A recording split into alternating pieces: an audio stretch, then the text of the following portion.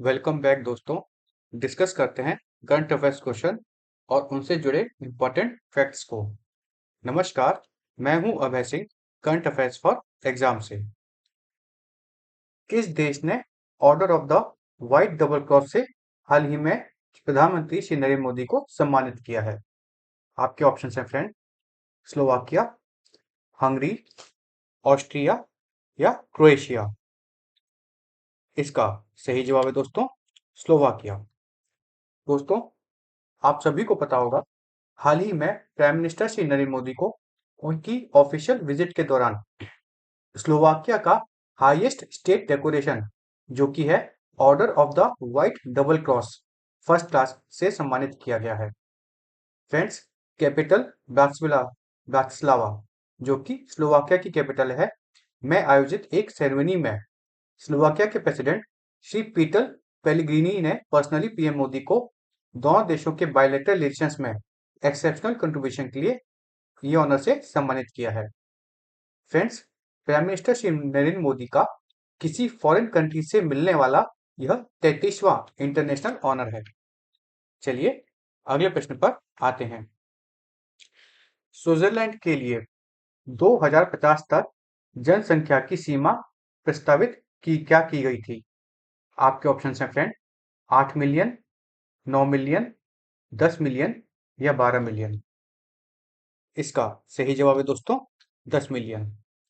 दोस्तों, स्विट्जरलैंड में population growth को लिमिट करने के लिए, मतलब रोकने के लिए, एक नेशनल रेफरेंडम करवाया गया था, जिसका मकसद साल 2050 तक स्विट्जरलैंड की आबादी को 1 करोड़ पर रोकना था, मतलब उससे ज्यादा आबादी नहीं बढ़नी चाहिए थी।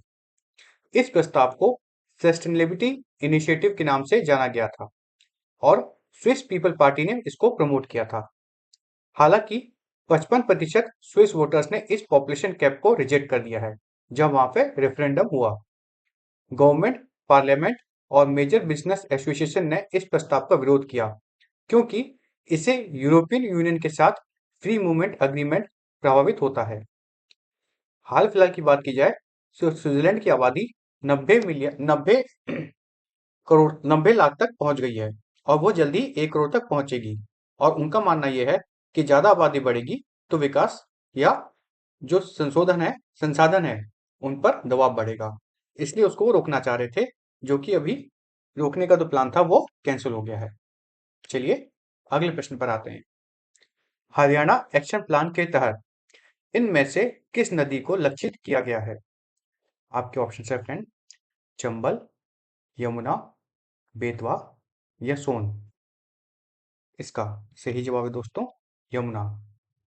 दोस्तों, हरियाणा सरकार ने यमुना नदी में सीवेज ट्रीटमेंट और इंडस्ट्रियल वेस्ट मैनेजमेंट के लिए चल रहे पॉल्यूशन कंट्रोल प्रोजेक्ट के लिए 31 दिसंबर 2027 की डेडलाइन तय की है। इस mission mode Yamuna rejuvenation programme की शुरुआत 3 जून 2026 को हुई थी, जिसकी प्रोग्रेस को रेगुलरली मॉनिटर करने के लिए एक high level 20 day review cycle स्थापित किया गया है। चलिए अगले प्रश्न पर आते हैं। भारत में खाद्य पदार्थों की लेबलिंग को कौन सी संस्था नियंत्रित करती है? आपके ऑप्शन हैं फ्रेंड, BIS, TRAI, RBI या FSSAI। इसका सही जवाब है दोस्तों, FSSAI। दोस्तों, food safety and standards authority of India, जो कि FSSAI है, देश भर में फूड सेफ्टी स्टैंडर्ड्स, लेबलिंग और एडवर्टाइजिंग को food safety and standards act 2006 के तहत रेगुलेट करता है। FSSAI के रूल्स के अनुसार मिसलीडिंग ब्रांड नेम्स, बिना साइंटिफिक सपोर्ट के हेल्दी क्लेम्स और बिना रेगुलेटरी डेफिनेशन के टर्म्स जैसे ट्रू विटामिन पर कड़ी कार्रवाई और पेनल्टीज लग सकती है।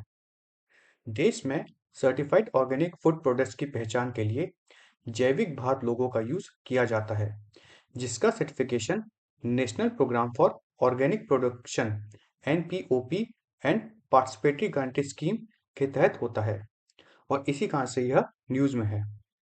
FSSAI friends ministry of health and family welfare के अंडर काम करता है। चलिए अगले प्रश्न पर आते हैं। किस वैल्यूएशन को पार करने के बाद सर्वम एआई एक यूनिकॉर्न बना है? आपके ऑप्शन है फ्रेंड, $500 मिलियन, $750 मिलियन, $1 बिलियन या $2 बिलियन। इसका सही जवाब है दोस्तों $1 बिलियन। दोस्तों, कोई भी कंपनी यूनिकॉर्न तब कहलाती है जब वह $1 बिलियन की वैल्यूएशन क्रॉस करती है। अब बेंगलुरु स्थित सोवरेन आर्टिफिशियल इंटेलिजेंस स्टार्टअप सर्वम एआई ने अपनी सीरीज बी फंडिंग राउंड के पहले क्लोज में 234 मिलियन रेज करके $1.5 बिलियन की वैल्यूएशन के साथ यूनिकॉर्न स्टेटस हासिल किया है। इस इन्वेस्टमेंट राउंड को आईटी कंपनी एचसीएल टेक ने लीड किया, जिसने कंपनी में $150 मिलियन का निवेश करके 10% से ज्यादा की ओनरशिप हासिल की है। साल 2023 में विवेक राघवन और प्रत्युष कुमार द्वारा को फाउंड किया गया ये startup frontier AI models, agentic AI और साइबर सिक्योरिटी एप्लीकेशन पर फोकस करता है। चलिए अगले प्रश्न पर आते हैं। सिप्री के अनुसार 2025 में सैन्य खर्च के मामले में भारत की वैश्विक रैंकिंग क्या थी? आपके ऑप्शन है फ्रेंड, तीसरा, चौथा, पांचवा या छठवा। इसका सही जवाब है दोस्तों पांचवा। दोस्तों, साल 2025 में भारत ने लगभग $92 बिलियन के कुल खर्च के साथ वर्ल्ड का फिफ्थ लार्जेस्ट मिलिट्री स्पेंडर बना रहा है, जिससे जिसमें पिछले साल के मुकाबले 8.9% की बढ़ोतरी हुई है। ग्लोबल मिलिट्री स्पेंडिंग को ट्रैक करने वाली संस्था सिप्री अर्थात Stockholm International Peace Research Institute के अनुसार इस लिस्ट में केवल यूएस, चाइना, रशिया और जर्मनी ही भारत से आगे हैं और भारत का शेयर ग्लोबल एक्सपेंडिचर में 3.2% के लगभग है। मेजर आर्म्स एक्सपोर्ट इंपोर्ट के मामले में भारत दुनिया दूसरे नंबर पे आता है, और जहां अभी भी रशिया से हम सबसे ज्यादा इंपोर्ट करते हैं, पर रशिया का शेयर भी अभी इसमें गिरा है। पहले हम रशिया से 70% तक इंपोर्ट करते थे, अब वह 40% तक आ गया है। इस मामले में फ्रांस दूसरा बड़ा देश है जिससे हम इंपोर्ट करते हैं रशिया के बाद। चलिए अगले प्रश्न पर आते हैं। ओसो2 वायरस मुख्य रूप से किस वेक्टर के माध्यम से फैलता है? मच्छर, टीक, पीसू या घुन? इसका सही जवाब है दोस्तों मच्छर। दोस्तों, मॉस्किटो बोर्न जूनोटिक डिजीज की कैटेगरी में आने वाले ओसो2 वायरस पहली बार स्कॉटलैंड के आइल ऑफ अरान रीजन में डिटेक्ट किया गया है, जो फ्लेवी वायरस जीनस से बिलोंग करता है। यह वायरस मुख्य रूप से ब्लैक बर्ड्स, जो कि एक चिड़िया की प्रजाति होती है, को प्रभावित करता है और इसलिए हम इसको पढ़ रहे हैं। चलिए अगले प्रश्न पर आते हैं। इनमें से कौन सी उत्तर प्रदेश की निवेश प्रोत्साहन एजेंसी है? Mumbai dock, Paradip dock, Vizag dock या नेताजी डॉक? इसका सही जवाब है Netaji dock.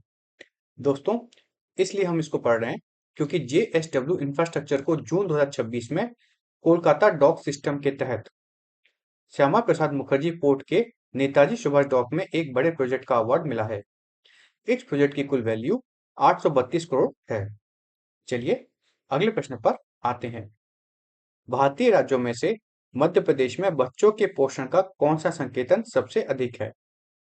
Stunting, wasting, anaemia या मोटापा? इसका सही जवाब है वेस्टिंग। दोस्तों, नेशनल फैमिली हेल्थ सर्वे 6 के रिपोर्ट के अनुसार मध्य प्रदेश में बच्चों के मेल न्यूट्रिशन अर्थात कुपोषण को लेकर गंभीर चिंताएं बताई गई हैं, जहां वेस्टिंग रेट देश में सबसे ज्यादा है, 23.8% दर्ज की गई है। वेस्टिंग जो होता है वह एक्यूट माल न्यूट्रिशन को दर्शाता है, जिसमें हाइट के मुकाबले वेट कम होता है, जबकि देश का एवरेज का वेस्टिंग लेवल 19% है। एमपी इस मामले में सबसे ज्यादा है। इसके अलावा अंडरवेट के मामले में, मतलब उम्र के हिसाब से कम वजन के मामले में एमपी दूसरे नंबर पर है और झारखंड पहले नंबर पे है। चलिए अगले प्रश्न पर आते हैं। सीमावर्ती जिलों में बीजीबी के साथ कौन सा बल तैनात किया गया है बांग्लादेश द्वारा? RAB force, Ansar VDP, coast guard या पुलिस बटालियन? इसका सही जवाब है दोस्तों अंसार वीडीपी। दोस्तों, बांग्लादेश ने बॉर्डर सिक्योरिटी पर हुए इस साल 2025 के एमओयू के तहत अपनी paramilitary community auxiliary force Ansar VDP को बॉर्डर गार्ड बांग्लादेश के साथ 11 फ्रंटियर्स डिस्ट्रिक्ट में डिप्लॉय किया है। चलिए अगले प्रश्न पर आते हैं। अल्ट्रा मेगा इंडस्ट्रियल यूनिट के लिए कम से कम कितना निवेश जरूरी है? 5,000 करोड़, 8,000 करोड़, 10,000 करोड़ या 15,000 करोड़? इसका सही जवाब है 10,000 करोड़।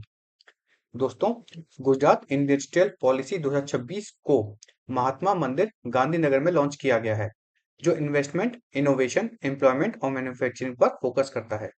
इस पॉलिसी के तहत अल्ट्रा मेगा कैटेगरी के लिए मिनिमम 10,000 करोड़ का इन्वेस्टमेंट और कम से कम 3,000 जॉब जनरेट करना मैंडेटरी है, जिसमें टोटल कैपिटल इन्वेस्टमेंट पर 40% तक इन्वेस्टमेंट इंसेंटिव मिलता है। चलिए अगले प्रश्न पर आते हैं। प्रोजेक्ट शिखर किस स्टॉक एक्सचेंज प्लेटफॉर्म से जुड़ा है? एनएससी, बीएससी, एमसीएक्स या एनसीडीईएक्स? इसका सही जवाब है बीएससी। दोस्तों, ई कॉमर्स प्लेटफॉर्म मीशो और बीएससी अर्थात बॉम्बे स्टॉक एक्सचेंज ने मिलकर हाई परफॉर्मिंग सेलर्स के लिए प्रोजेक्ट शिखर इनिशिएटिव लॉन्च किया है। इस प्रोग्राम का मुख्य उद्देश्य एमएसएमईज और डिजिटल एंटरप्राइजेस को बीएसई एसएमई प्लेटफॉर्म पर लिस्ट होने के लिए सिस्टमेटिकली इन्वेस्टर रेडी बनाना और एंटिटी कन्वर्जन सपोर्ट करना है। पब्लिक लिस्टिंग के माध्यम से इन छोटी कंपनीज को ट्रेडिशनल लोन्स के अलावा इक्विटी मार्केट से लॉन्ग टर्म ग्रोथ कैपिटल हासिल करने का मौका मिलेगा। चलिए अगले प्रश्न पर आते हैं। ग्रोटाडेला बासुरा में प्राचीन पदचिन्ह किस देश में खोजे गए थे? आपके ऑप्शन है फ्रेंड, इटली, फ्रांस, स्पेन या ग्रीस? इसका सही जवाब है दोस्तों इटली। दोस्तों, नॉर्थ वेस्टर्न इटली के लुंगुरिया रीजन में स्थित ग्रोटाडेला बासुरा केव सिस्टम के अंदर लगभग 14,000 से 14,400 साल पुराने एंशियंट फुटप्रिंट्स और हैंडप्रिंट्स की खोज हुई है। चलिए अगले प्रश्न पर आते हैं। World Day to Combat Desertification के लिए विश्व दिवस किस तारीख को मनाया जाता है? 15 जून, 16 जून, 17 जून या 18 जून? इसका सही जवाब है दोस्तों 17 जून। दोस्तों, डेजर्टिफिकेशन, ड्रॉट और लैंड डिग्रेडेशन की चुनौतियों से निपटने के लिए हर साल आज ही के दिन 17 जून को World Day to Combat Desertification मनाया जाता है, जिसे रियो अर्थ समिट की डिस्कशन के बाद यूएनसीसीडी के रूप में पेरिस में अडॉप्ट किया गया था। आपको फ्रेंड्स कमेंट सेक्शन में यूएनसीसीडी का फुल फॉर्म बताना है। साल 2026 के सेंट्रल गवर्नमेंट ऑब्जर्वेंस इवेंट को केन्या होस्ट कर रहा है। चलिए कल का प्रश्न देखते हैं। कल हमने आपसे पूछा था, ऑस्ट्रेलिया में मर्टल रस्ट किस कवक के कारण होता है? ज़ाइलाला, आस्ट्रोपुनिकिनिया, बरुआ या नीलगिरी? इसका सही जवाब है आस्ट्रोपुनिकिनिया पुकिनिया। दोस्तों, माल्टर रस्ट एक डेंजरस फंगल पैथोजन है जो कि ऑस्ट्रोपुनिकिया पीसीडी के कारण होने वाली बीमारी है, जो मुख्य रूप से ऑस्ट्रेलिया की माइटा केकी प्लांट फैमिली जैसे इक्वेबिटस और पेपर बॉक्स को प्रभावित कर रही है। चलिए कल के लिए प्रश्न देखते हैं। कल के लिए हमारा आपसे प्रश्न है, 2011 में ग्लोबल गार्बेज मैन डे की शुरुआत किसने की थी? John Harwood, David Miller, Mark Taylor या पीटर क्लार्क? इसका जवाब आपको फ्रेंड्स कमेंट सेक्शन में बताना है। एवं आपको आज का सेशन इन्फॉर्मेटिव और फ्रूटफुल लगा तो लाइक शेयर सब्सक्राइब अवश्य कीजिएगा। धन्यवाद। जय हिंद, जय भारत।